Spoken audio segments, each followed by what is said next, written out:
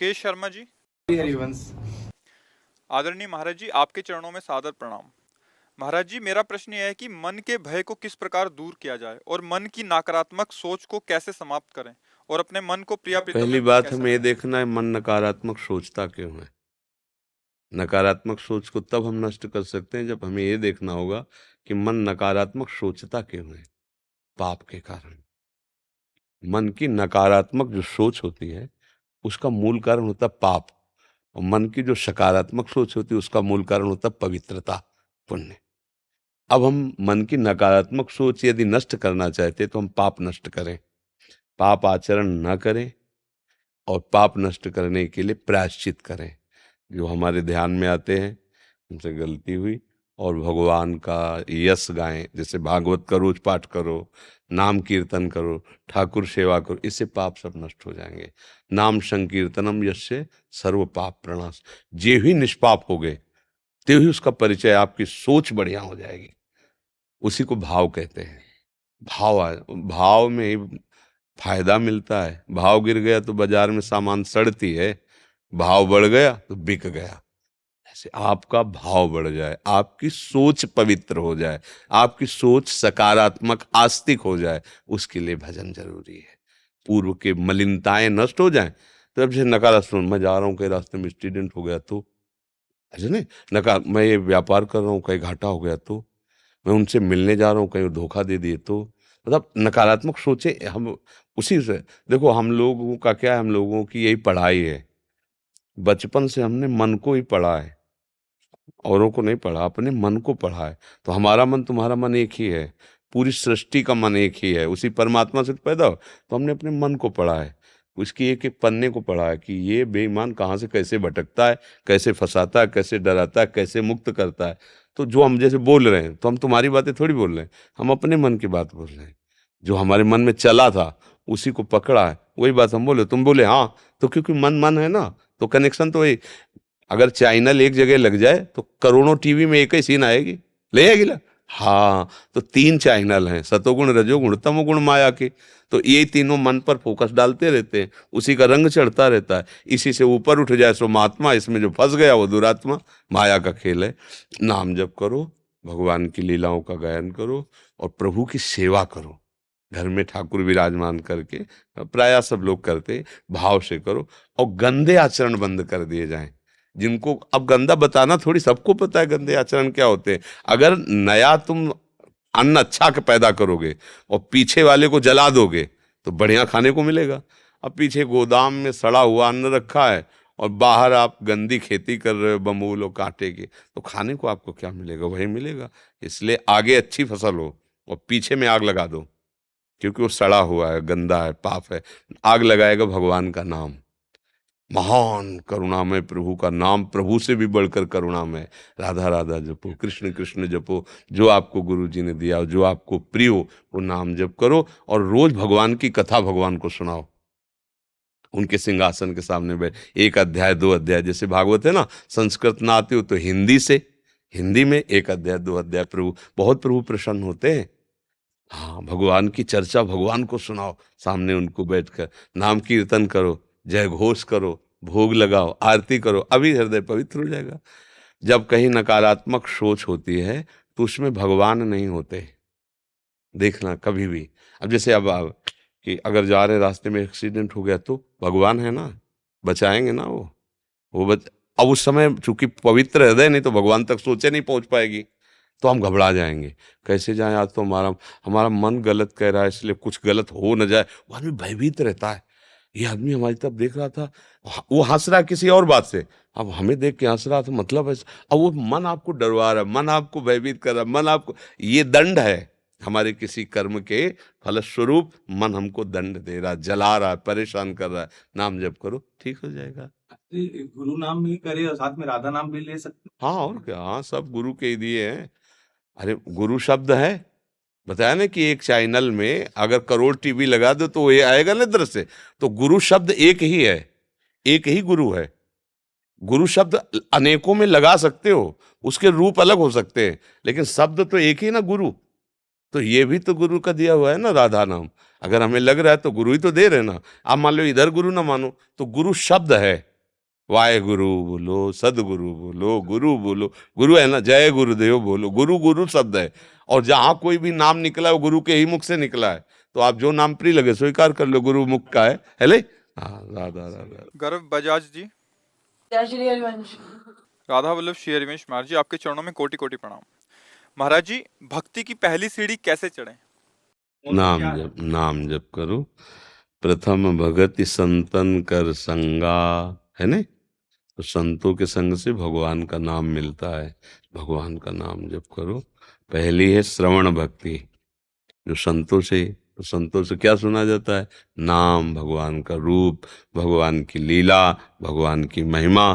तो इसका परिचय तभी मिलेगा जब नाम जप करोगे। खूब नाम जप करो। नाम जप करते हो? क्या जपते हो?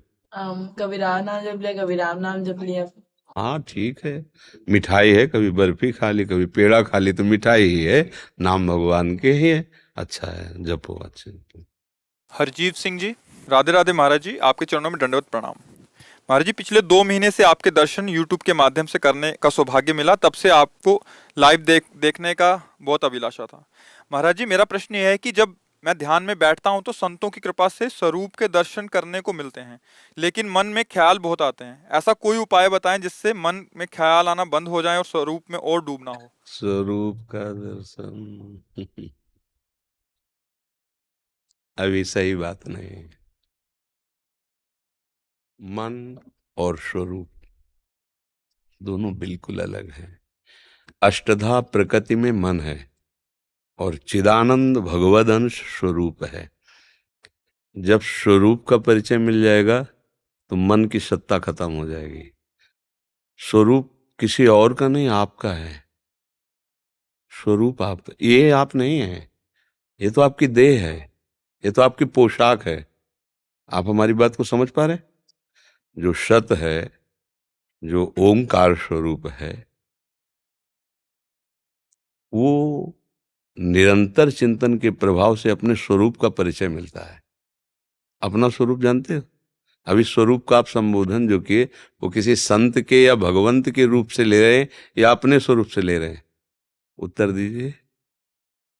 आपको ध्यान में क्या दिखाई देता है? ख्यालों से मुक्ति मिलती है, तो बिल्कुल जैसे एम्प्टीनेस नहीं जिसको तो कह देते हैं। ख्यालों से मुक्ति किसको मिलती है? भाई देखो, अगर सही ढंग से चलोगे तो वास्तविक आनंद को प्राप्त हो जाओगे। नहीं तो फिर आपको लगेगा कि मैं आनंद में हूं, पर वो आनंद नहीं होता। ख्यालों से मुक्ति किसको मिलती है? अपने को। आप में तो कोई ख्याल ही नहीं, आपका जो स्वरूप है। मन में ख्याल होते हैं, जितनी बातें होती है वो मन में होती है। आपका जो स्वरूप है उसमें कोई वासना नहीं है। जो हमारा चिदानंद स्वरूप है, कोई उसमें कामना नहीं, संसार का उसमें प्रवेश नहीं हो सकता। संसार की कोई बात उसमें प्रवेश नहीं हो सकती। अभी आप अंतःकरण धर्म में तदात्म होकर बोल रहे हैं। स्वरूप शब्द बोले इसलिए तुरंत हम उसको ज्ञान शब्द से संबोधन करते हैं। तो अभी आपको स्वरूप का बोध नहीं है। ख्याल केवल मन का विषय है। ख्याल माने जानते हो क्या होता है? संकल्प विकल्प होना। किसी विषय का चिंतन करना, किसी बात का चिंतन करना, अच्छी बात का चिंतन करना, बुरी बात का चिंतन, ये दोनों बातें शांत हो रही हैं कुछ क्षण के लिए, ये कृपा है। पर अभी स्वरूप में नहीं है। क्योंकि अगर स्वरूप में है तो आपका ये जो प्रश्न है ये संगत नहीं बैठता है। संगत तब बैठता है जब एक बार स्वरूप का बोध हो गया तो मन खत्म हो जाता है, मन मर जाता है, उसमें ख्याल करने की सामर्थ्य नहीं रह जाती। वो ब्रह्म स्वरूप हो जाता है मन। जब स्वरूप का अनुभव होता है, वो अनुभव का विषय वाणी में कोई शब्द ही नहीं कि उसका वर्णन कर सके। अब क्या करो? जो आपके गुरुदेव की वाणी में मार्ग लिखा है उस मार्ग को पकड़ो। नाम का कितना जप करते हो? महाराज जी कीर्तन करते हैं। जप कितना कर, ध्यान कितना करते हो? ध्यान रोज करते हैं महाराज जी। नाम का, हम नाम का कह रहे हैं। नानक नाम जहाज है, चढ़े सो उतरे पार, गुरुवाणी है। नाम कितना जप करते हो? नाम का ध्यान। जब तक नाम नहीं जप करोगे तब तक मन पवित्र नहीं होगा, और मन पवित्र नहीं होगा तो स्वरूप बोध किसको हो गया? स्वरूप का साक्षात्कार किसको हो गया? ख्याल आ रहे हैं ना, तो मन मरा नहीं ना, जी तो अभी बात बनी नहीं ना। जी। इसलिए जिस दिन मन मर जाएगा तो मन मारिया तन बस में कि ना हुआ भरम सब दूर, बाहर से कछ दिखत नहीं अंदर चमके नूर, आपो त्याग जगत में बैठे नहीं किसी से काम, उनमें तो कछु अंतर नहीं संत कहो चाहे राम, एक हो गया वो। समझ रहे ला? जी महाराज। हाँ वाहे गुरु। थैंक यू महाराज जी, बहुत बहुत धन्यवाद आपका। शरद चंद्र शर्मा जी। परम पूज्य महाराज जी, आपके चरण कमलों में सादर शत शत नमन। गुरुदेव, मैं आपसे आशीर्वाद चाहता हूं कि मेरे गुरुदेव एवं अन्य संतों के प्रति श्रद्धा एवं विश्वास बना रहे।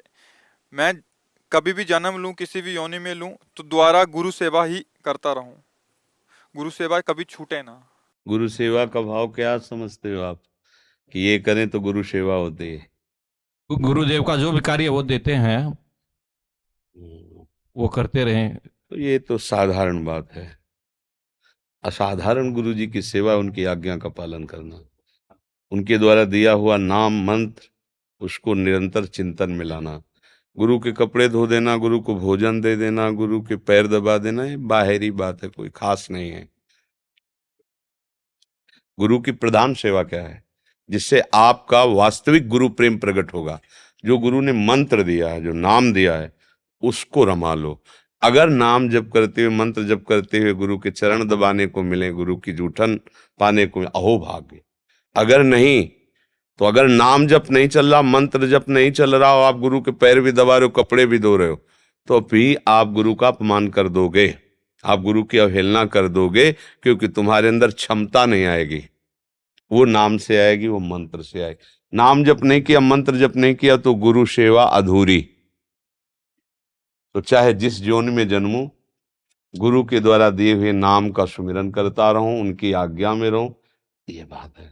आपकी गुरु प्रियता को हम नमस्कार करते हैं कि गुरु की परिचर्या, सेवा, उनके द्वारा दी हुई क्रिया हमें करना ही चाहिए। पर वो क्षमता तभी हमारे अंदर आएगी जब हम नाम जप करेंगे। हम केवल चरण दबाना या गुरु को भोजन दे देना या वस्त्र दे देना, इसको ही सेवा ना मान ले। ये भी सेवा का एक अंग है, पर संपूर्ण सेवा नहीं। आज्ञा शमन सुसाहिब सेवा, आज्ञा का पालन करना सबसे बड़ी सेवा होती है। तो गुरु की आज्ञा है निरंतर भजन करो। कोई भी गुरु अपने शिष्य को दोबारा इस संसार में जन्म ले ऐसा नहीं सोचेगा, वो ये सोचेगा इसी जन्म में भगवान को प्राप्त हो। उसके लिए आवश्यक है अव्यावृत भजनात्, निरंतर भजन, राधा राधा राधा, बाहर भीतर हर समय नाम जप चलता रहे। आप समझ पाए?